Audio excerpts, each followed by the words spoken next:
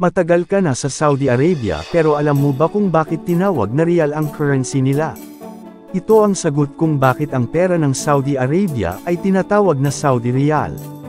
Ang terminong, riyal, ay nagugat sa salitang Espanyol na real na nangangahulugang royal. Ang pagpili na gamitin ang pangalang ito para sa pera ng Saudi Arabia ay refleksyon ng makasaysayang ugnayan ng bansa sa Arabian Peninsula, na nagkaroon ng kalakalan at kultural na koneksyon sa imperyo ng Espanya. Ang kasaysayan ng Saudi Riyal ay nagsimula noong 1925 nang ang kaharian ng Hijaz at Najd, na kalaunan ay naging pinag-isang kaharian ng Saudi Arabia, ay ipinakilala ang unang opisyal na pera nito na tinatawag na Saudi Riyal.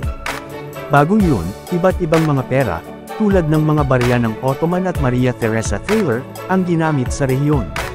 Mula 1925 hanggang 1946, ang Saudi Riyal ay naipeg sa British Pound sa isang nakapirming halaga ng palitan.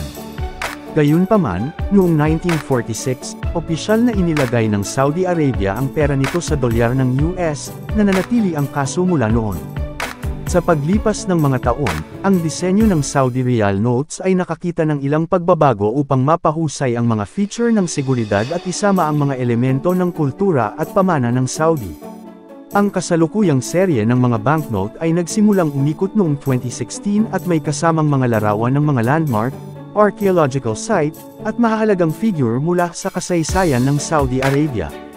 Kapansin-pansin na ang Saudi Riyal ay nahahati sa 100 halalas. Ang mga barya ay ibinibigay sa mga denominasyong 5, 10, 25, 50, at 100 halalas, habang ang mga banknote ay magagamit sa mga denominasyong 1, 5, 10, 20, 50, 100, 200, at 500 riyal. Sa pangkalahatan, ang pangalang riyal para sa pera ng Saudi Arabia ay sumasalamin sa mga makasaysayang koneksyon nito at sa katayuan ng bansa bilang isang soberanong bansa. Paki-comment na lang ang mga bagay na gusto nyong talakayin sa mga susunod na uploads.